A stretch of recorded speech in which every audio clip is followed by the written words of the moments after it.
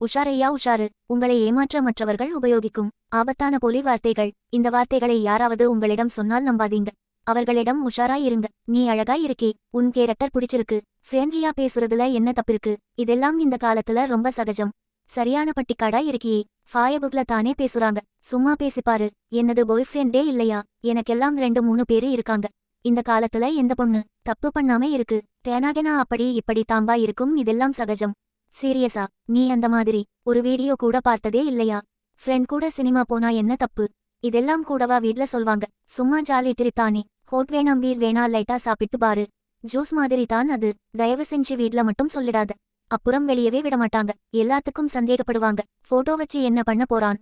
அதெல்லாம் ஒண்ணும் இல்ல, அனுப்பு. சும்மா லவ் பண்ணி பாரு, செட் ஆனா ஓகே, இல்லன்னா பிரேக்கப் பண்ணிடு, அவ்வளோதானே. இதுக்கு ஏன் பயப்படுறே? இது போல பல வார்த்தைகள் உங்களை மயக்க உபயோகிக்கலாம்.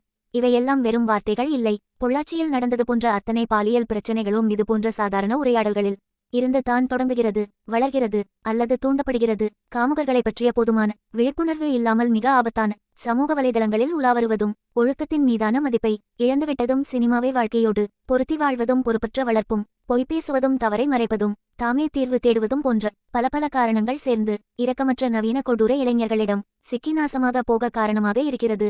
எது நடந்தாலும் ஆரம்பத்திலேயே பெற்றோரிடம் சொல்லிவிடும் பெண் பிள்ளைகள் பெரும்பாலும் இதுபோன்ற நரகத்தில் சிக்குவதில்லை. இழந்ததை திரும்ப பெற முடியாது. இனி இருக்கின்ற பெண்களாவது மேலே சொன்ன ஆபத்தான போலி வார்த்தைகளை நம்பி ஏமாறாமல் இருக்க வேண்டும். வீடியோ பிடித்திருந்தால் பகிரவும். படித்ததில் பிடித்தது